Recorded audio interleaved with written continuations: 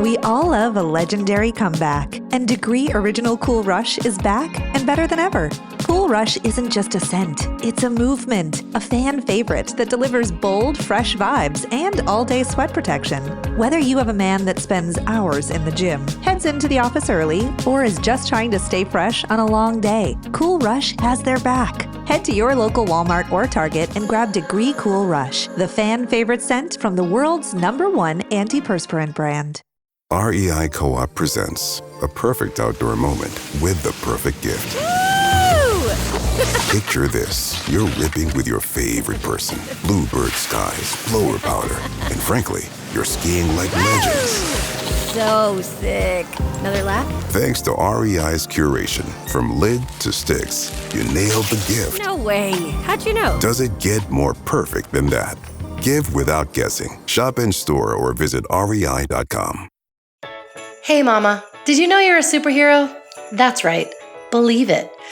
What's your superpower, you ask? Your intuition. We have a unique sixth sense for what our kids need and when they need it. My tribe and I call this mom sense. When you're a first-time parent, it's scary and lonely and so exhausting. I know this all too well. Hi, I'm Kanika Chadda Gupta. I'm a journalist, entrepreneur, and now a mother of 3, twin toddlers and a baby, or my 2-for-1 and BOGO special.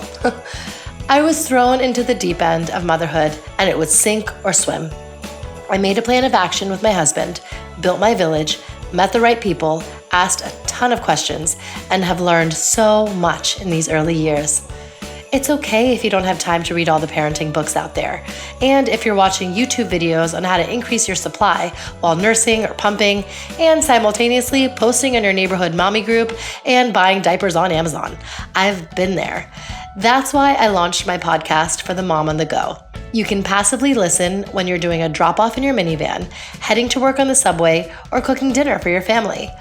I interview industry experts and real-life mamas on their mom sense experiences, tackling topics like what to expect when you're done expecting, dealing with mom guilt, how to teach your kids to meditate, rekindling your marriage, and how to master your 5-minute makeup routine.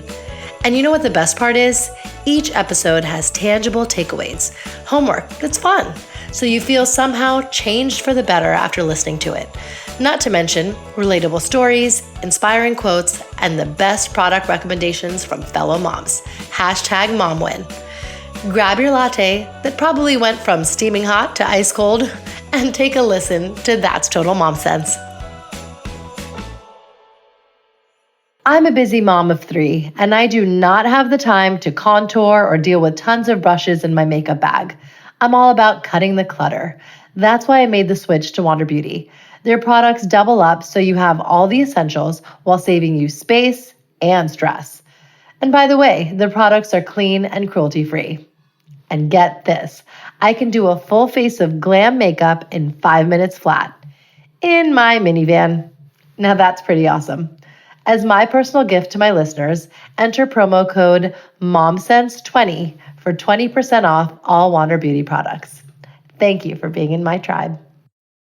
Rebecca Minkoff is a global icon in the fashion industry, and she's been in the business for nearly 20 years and launched her brand along with her brother Uri. In 2015, she won Best Interactive Retail and Top Innovator at the Fashion 2.0 Awards. She's a multifaceted woman. She's also a wife, mom of 3, founder of the Female Founders Collective, and hosts her very own podcast, SuperWomen. Rebecca, it is an honor to have you on my show. I'm so glad to be here. Thank you. I feel like you're living the dream, but you worked your butt off for that dream, and now you're helping other women live their dreams. And it's such an incredible journey that you've had. So I want to kind of start from the beginning, from your childhood and how you grew up in San Diego. So tell us about that. I grew up in San Diego. It was an idyllic, perfect, in my opinion, perfect little life. Fell in love with the craft of sewing and design when I was about 8 years old. I wanted this dress. My mom refused to buy it for me, but she taught me how to sew. And I just became obsessed with the idea that I could create my own things. at the time, I regret feeling this way about it then, but I was very painfully thin. Okay. And couldn't fit into clothing. And so the fact that I could tailor to fit me gave me a lot of confidence. So that's wonderful. Just something I had a lot of passion about, and then decided when I was 18 to move to New York and see what would happen, but I had to be in the fashion industry. Yeah, absolutely. So one thing I read about and watched videos about was that your parents kind of raised you in a way to think that you didn't grow up with as much, right? Like it was like you had to earn your living. Yes. Your parents, what they've earned is theirs, and you have to kind of find your own path. And I love that as a value that they imparted to you. So tell me about that. I think, my dad was a doctor or is a doctor. My mom was a nurse, but it never felt like we were middle class in our household. Everything we wanted, there was just this expectation of you got to earn it. There was a green ledger in the kitchen, and we would have our balances there. And if we wanted something, we had to do work to earn that money. Wow. And so I think that I probably thought that being a doctor was not a good career, and that we were poor. Right. But I think they really wanted to raise humans that were self-sufficient and could go after what they wanted and wouldn't be sort of given everything as a handout. And that definitely changes your own perception of work and what you need to do to earn things. Absolutely. And so why did you choose to move to New York and, you took an internship instead of college? Why were you like, this is what I'm going to do? So I think with our progressive household, college was an option. And I went and looked at a school and thought to myself, this is the last place I could see myself being. Oh, wow. And I just felt ready to work. I had an opportunity that was not well paid at all. It was below minimum wage. But the fact that I could move here, make a little bit of money to eat, and get started in fashion just felt like this is what students who graduate are striving to do. So I'm going to sort of skip that step. Yeah, that's so smart. Yeah, and then my aunt pressured me into going to school and that I'd be nothing without it. So I did enroll at FIT for about a semester and left. I just felt like, what am I doing here? I've learned this already. Right. And so you kind of wore many hats where you worked, and you kind of learned the business and the trade that way, right? Yeah, so I knew the trade as far as design. I had been doing that at that point for, a very long time. But I think in my internship, she had me for months at a time working shipping, then in sales, then in PR. Right. And I got to touch all aspects of the company. Looking back, I didn't know anything, but I thought I knew a lot about each part of it. I knew enough to get started. So that was very helpful. And then I settled in with a paid job there as designer. Okay. If you could just go back in time and be that 18-year-old version of yourself, how would you feel now? You have your own line, very successful business in the industry, and you've made your mark. Yeah. Like, is it just surreal? I think sometimes it's surreal, and other times you have felt every bit of mountain rock that you're climbing up with your fingernails. So then you're like, no, it feels this good. Or, the times when you let yourself, I rarely do, but when I do let myself feel that good, I'm like, well, I worked really hard for it. Oh, yes. But I very distinctly remember a conversation I had with an ex-boyfriend in LA when I was 21, and I said, I don't think I'll ever be as successful as this friend of ours who's a very famous musician. I said, I just don't see that that's in the cards for me. Okay. And to look back and see what's been accomplished between my brother and I and the teams we have, I would have told myself then, like, chill out, it's going to be okay. Yeah, exactly. You'll do okay. That's awesome. What is it like working with your brother, Uri? I don't know any different, but I know that when you have if you're a single founder, you have your own set of challenges, right? Yes. You don't have that person to bounce things off of and help you be that other terminal that you can communicate with. So I know co-founders all have their own pluses and minuses. So our pluses are we were both raised with the same values. We have the same work ethic. We have the same integrity and morals. We're brother and sister. Do we fight? Yes. Do sometimes things we're disagreeing about veer off into like brother-sister territory, and that can cloud the argument. But I think we've worked really hard in the last few years to just get along, keep the drama as little as possible, and just focus on building the business. Right.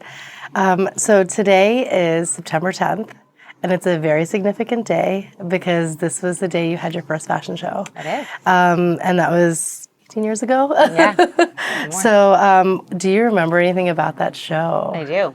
It was a group show.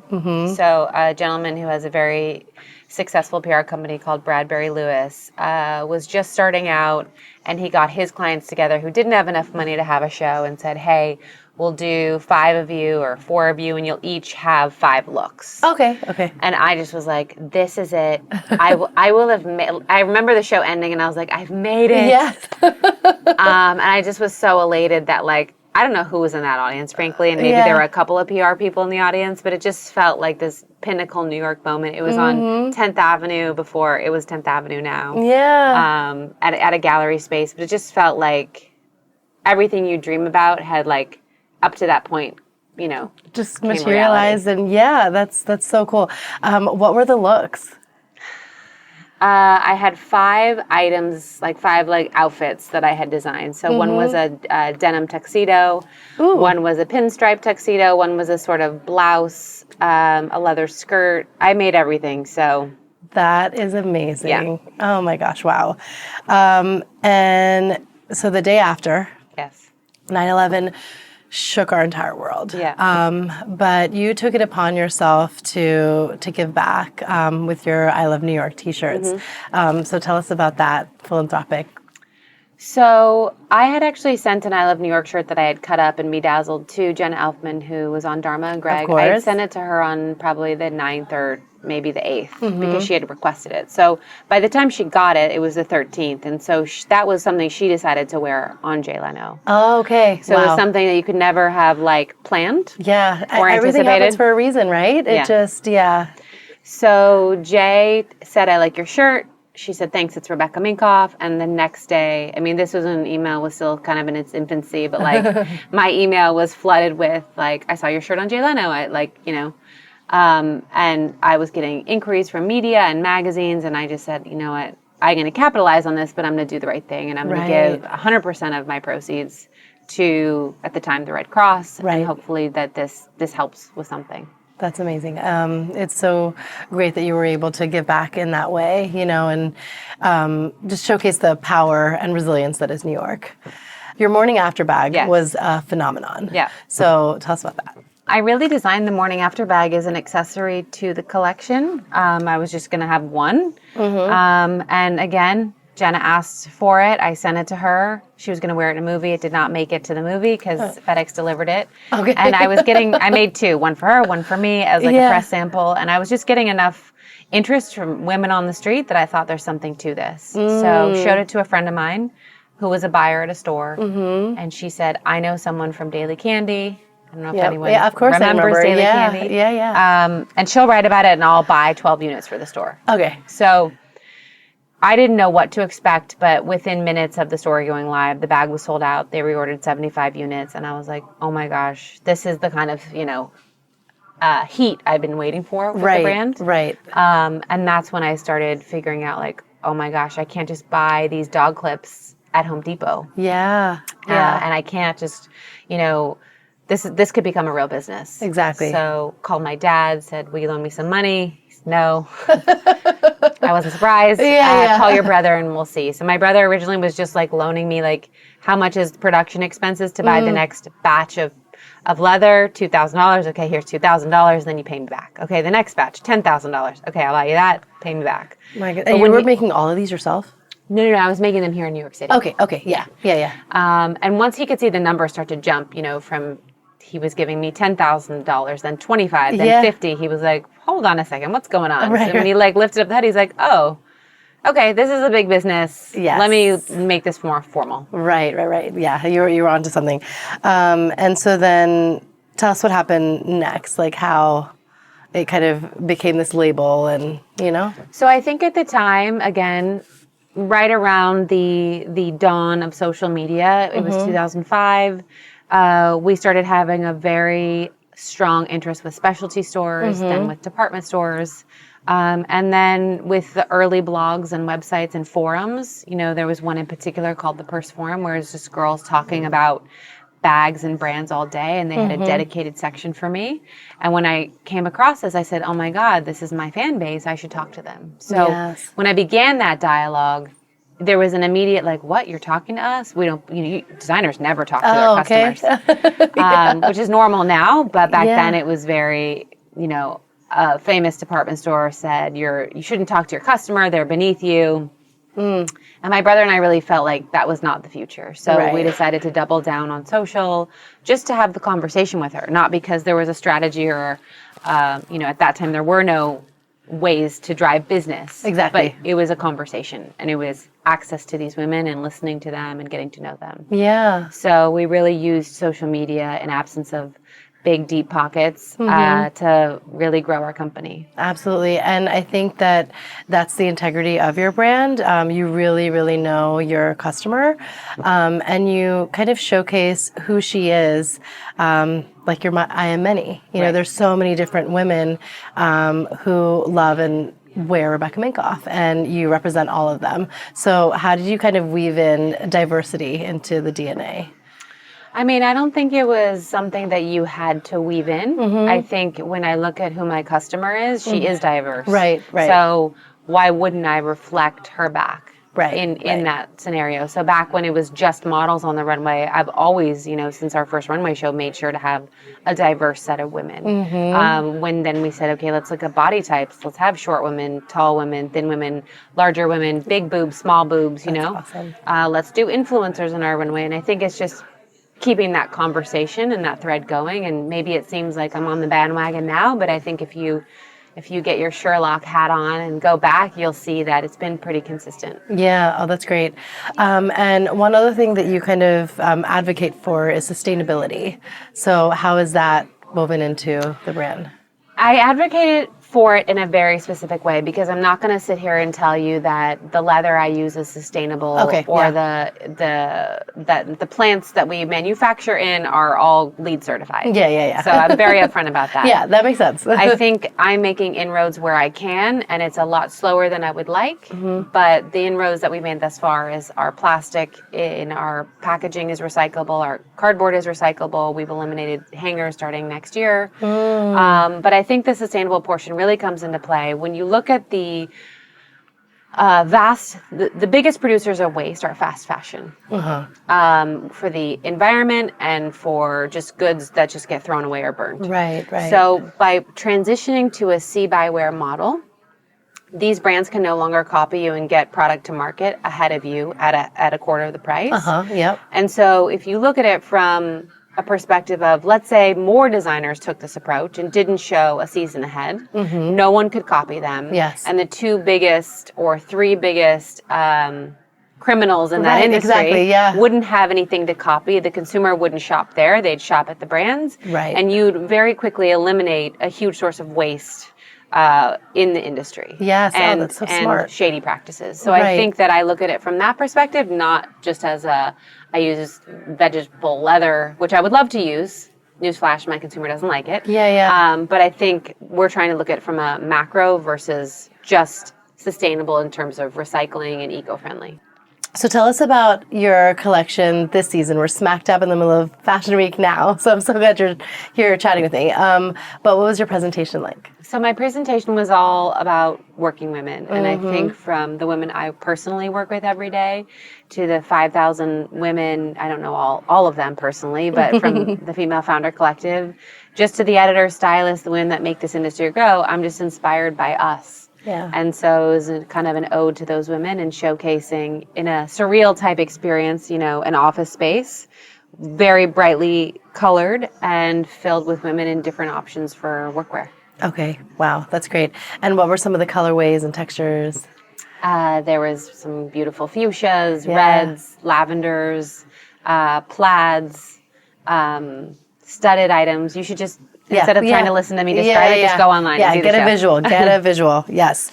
And what about your capsule collab with StichFix? So we've been working with StichFix since 2017, and they came to me with this opportunity to launch Plus and inclusive sizing, and I literally, didn't hesitate because I think that it's a customer I've been wanting to serve for a long time. And she's been a customer of my bags and shoes, but she could never buy the clothes. Right. And so I think that it's easy to say, oh, every brand should just do this. It's very costly. It is a huge investment. It's also a huge risk if you don't have that customer. Right. And when you do this, you have to make sure it fits well.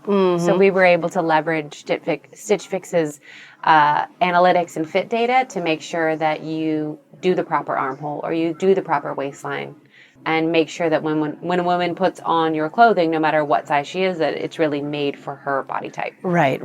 Yeah, and it suits her. Yeah, that makes sense. So technology is also embedded into the brand.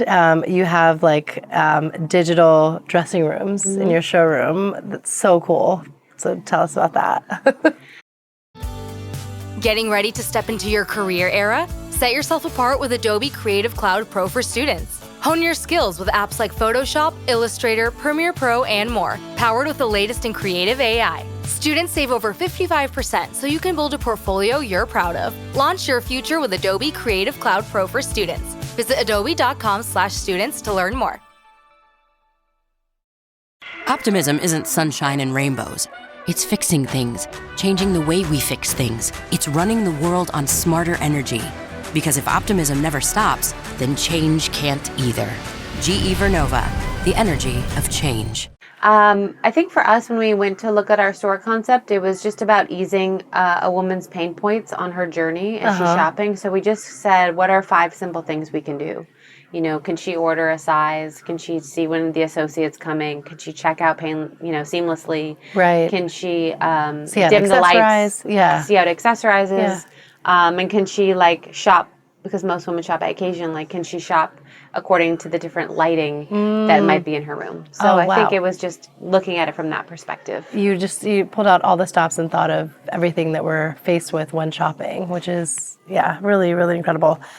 You are an advocate for women and you want to help them grow and have their own journeys. So how did you kind of think of this? And now it's 5,000 Women Strong. Well, that is also our year anniversary this week. Oh, wow. Just a significant week and serendipitous to be talking to you this week. Yeah. So that came out of a meeting where I was trying to partner with a company. They asked me to look at their female-founded companies, and I said, great, pull them out for me. They couldn't do that. They had no way to segregate these companies or look at them. And I thought, well, if this is happening in a big company that has thousands of clients, it's happening to the consumer. She doesn't know how to shop female-founded. So could you have a symbol, as a mom, I turn over all my food to see if it's organic or non-GMO or no parabens in my skincare. Could you turn over a label and just see, oh, this is a woman, and vote your dollars that way versus not knowing who you're supporting. Yeah. So that was the goal. We launched again a year ago, and the momentum has been phenomenal, has really organically grown into this vibrant community. And the seal's on over 2.5 million products now to date. Your podcast, SuperWomen, is another way you showcase women. And it started from a fireside chat. Yeah, I was doing these fireside chats in my stores just to, have a way for women to interact with the brand that doesn't have to do with shopping. Yeah. And those were really successful, but I felt limiting in terms of 75 people could fit into the store. And I thought if I can take this and make it to something bigger, then 10,000, 15,000 people can hear these stories, or unlimited, I guess. It's been just as rewarding for me to hear those stories as to the listener. Yes, absolutely. I loved so many of the episodes that I've listened to with Athena, with Noor, Amreen Katya. Every single one was so distinctly engaging and relatable. And you just want to binge through the whole thing. So you're doing a great job. Thank you. Yeah. Tell us about family life, starting with your husband and how you got married. So I met my husband at a party in LA. I was actually in LA because I was volunteering at a charity event, but I also went out there to reunite with my ex-boyfriend, who every year would call me and say, I just want to let you know I love you. And he was like the love of my life. So this time I was like, I'm getting on a plane. And as I was on my way to the airport to the ex's house, he's like, you can't come over here. I've got a girl here. So I rerouted to my parents and ended up going out to a party the next night. And lo and behold, met my husband. Wow. We did long distance for about 1.5 years. And then his career basically with the recession of the music industry and when that whole thing shifted, he was a thriving musician and his label went out of business and he was told, come pick up your masters and you're free and clear to go. Okay. And he called me. He's like, well, I just lost everything, so I'll come to you versus you come to me. Right. And I was literally starting out. It's not like I had any, I had an intern and myself. I was working into my apartment. I could barely pay the rent. Wow. So he saw that I had like the small tender shoots of something. Yeah. And I was like, I think I can afford to like have you not help me with rent for like a month for you to get on your feet. But like, that's it, buddy. So we got married about 3 years later. And then we decided to have kids. I had my son in 2011. So about 2 years later. Okay. And you have 3 kids now. We have 3 kids. So what are their ages? And tell us about their personalities and stuff. So Luca's my 7-year-old, my daughter is 5, and I have a son, Nico, who's a year and a half. Luca, from the get-go, has always been this sweet, kind of earnest soul. When people say typical boy, he's not, I guess, in the sense of like aggressive. And we have 2 neighbors that live right across from us, and they're like they fight all the time and they beat each other up and they're like uncontrollable. Right. So he's always just been very sweet, very active, but just he has a very warm heart. And then my daughter, Bowie, I was like, I have to be conscious about how I'm going to raise my daughter to be strong. Yeah. From the minute she came out, that woman is like, get out of my way. Exactly. So I'm just trying to not get in her way. I just am like saying, so she's actually been my toughest child because I don't want to squash that.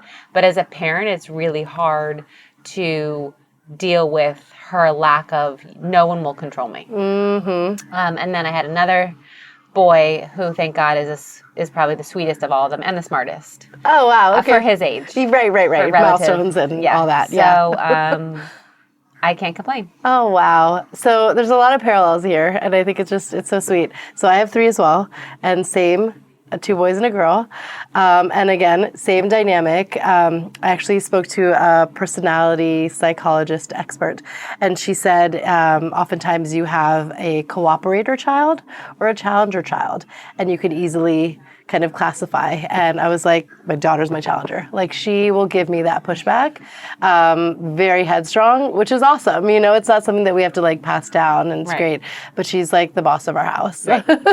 and my boys are just super sweet. Right. So funny. It's hilarious how it works out that way. So what was it like being, a first-time mom for you? Just the good, the bad, the ugly, all of it.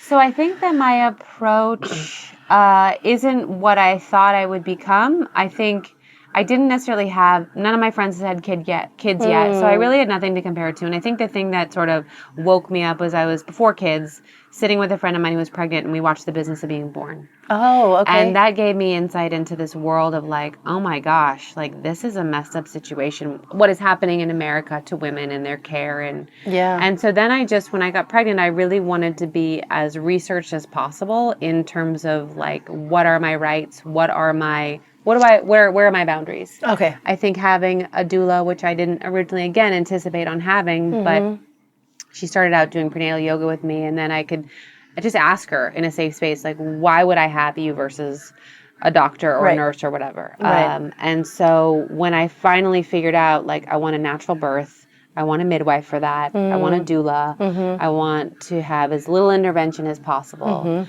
that's when I began this path of, like, more women need to be exposed to this. Yes. And I want to amplify that in the best way, never to shame anyone, but to know that like we're being sold a horrible bill of goods in this space. And as far, you can have, it's funny, it's ironic, you can have someone who's fighting for the rights of women, but then we'll let a doctor tell her she's too weak to have a baby, right? Right, exactly. Or tell her she doesn't know better and that person doesn't have a vagina. So Yeah. I think there's a very, like a blind spot sort of on a lot of women. Yeah.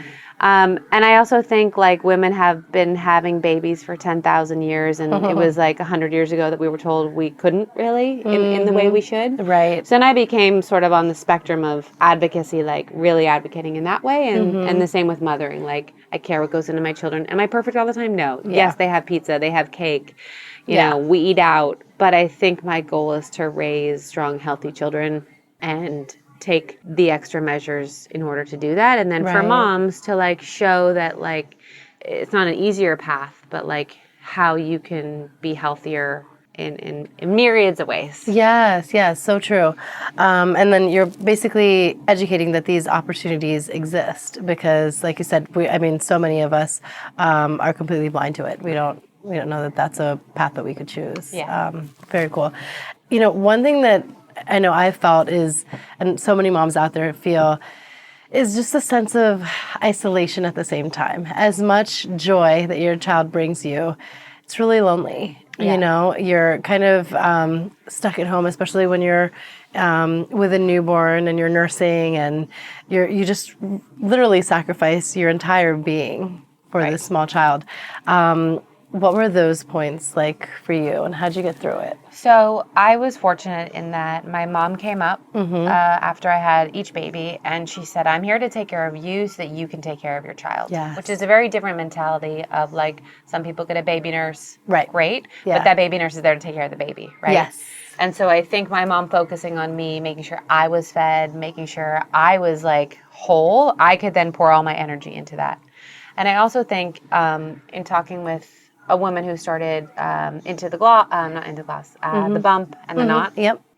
In previous societies, in tribal societies, and up until a few hundred years ago, there was a community that would just naturally be around a pregnant woman. Oh, wow. And since we've all gotten our own apartments and separated our rooms from our children and all these things, it's lonely as hell, yes. but we created that. Right. It wasn't always that way, right? And so you lose your grandmas and your sisters and your aunties and whatever, right? Yeah. And so I think however you can recreate that tribe, whether you're paying for it or you have relatives that you actually like and are not, stressful to you, or friends, you have to recreate that. So you're never just alone with the baby all day, because that's not how the human race made it this far. Exactly. So I think it's key to sort of keep that in mind and say, who's going to be the tribe? Mm-hmm. There's amazing women called postpartum doulas. Mm-hmm. They come to you. So I knew for me with my son, going back to my first, at 6 weeks, I was bored out of my mind. I wasn't lonely. I was just bored. Yeah. So I said, okay, I'm going to go to work, half-time, and see how I like that. So my first day, I sobbed. I was like, I'm damaging him. But once I got into this thing, I was like, I'm at work from 1 to 5. This is great. I finished my leave like that. With my daughter, I was like, I'm taking the full leave because I just want to max out. Right. And it was beautiful weather, so I could be outside.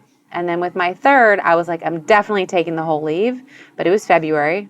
Yeah. And let me tell you, you can't take that baby anywhere in February. So that's when at a month, I was like, I'm back. Yeah. I gotta go. I gotta leave this apartment. I know mentally for me, I cannot just be around a little stuffed animal all day long. So not that I wanted to go back to work or mentally or physically I was ready. I had to get out of the house and I couldn't take him. So one of us had to peace out. Exactly. I totally get that. And then did you have, we both are members of Hey Mama. So was that kind of like a support system for you as well? I think Hey Mama for me is a support system of whether I need a babysitter in a different city, because I take my newborns or my babies with me the first year because I breastfeed them. Yeah. So a babysitter in a different city to I need a tote bag printed. I mean, the range of things that you can get out of that community, or when the day I launched my podcast, I could see a direct correlation between how many Hey Mama members there were and the spike in downloads. There you go. And I was like, cool. Yeah, that's your tribe right there. Yeah. What are some of the values that you've learned from your parents and that dynamic that you want to pass on to your kids? Definitely the hard work and the getting your children to contribute. Mm-hmm. It's far easier for me to just clean up after them and to give. Yeah. But I really, again, want to create this mentality of if you want something, you have to work for it. So I say no a lot. Yeah.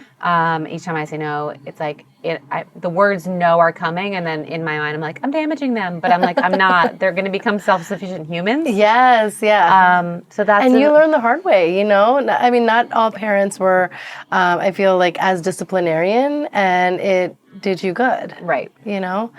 I also think that I try, and as much as I can, keeping them from dying, try to let them be self-determined. They are little adults in tiny bodies. Right. And so I try and have them be as self-determined as they can without squashing that, because I think I see too many parents holding them back or, telling their kids how they should act all the time. And I think having a dialogue, if you have the time and the bandwidth for it and the patience to get them to come to a conclusion. Yes.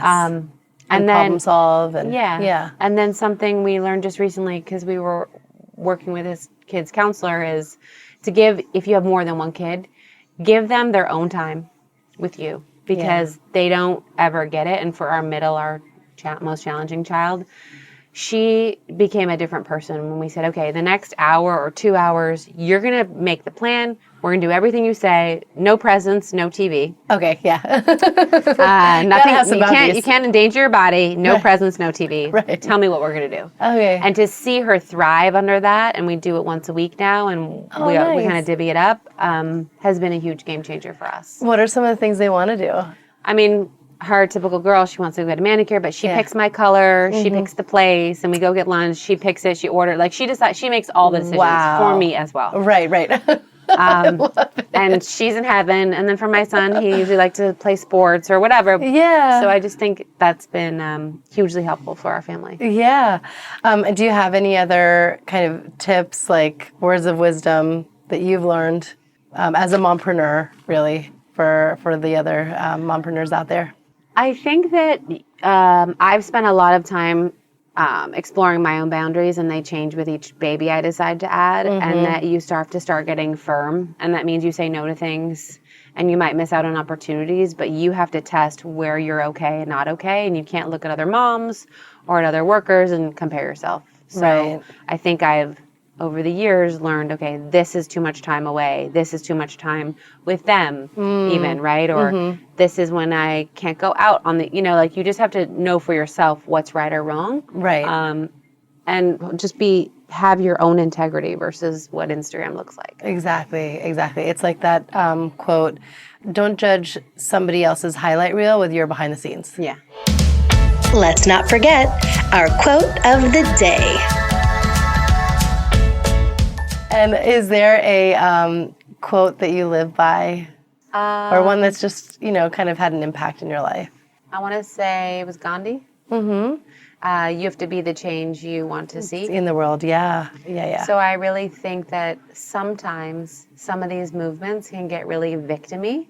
This was done to me, and this happened to me. Yeah. And woe is me. And I'm like, stand up. Right. And demand change. And keep yelling. Are you worried you're going to get fired? Good, then you sue.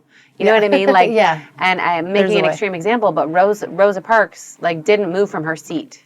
She wasn't like, oh, the bus driver told me I had to move, and I moved, right? So these movements don't get started by being a victim to something. Yeah. So I think in these scenarios where you feel uncomfortable or you could back down or something, it could happen to you. Just be the change you want to seek or you want to see in the world. Yeah, absolutely.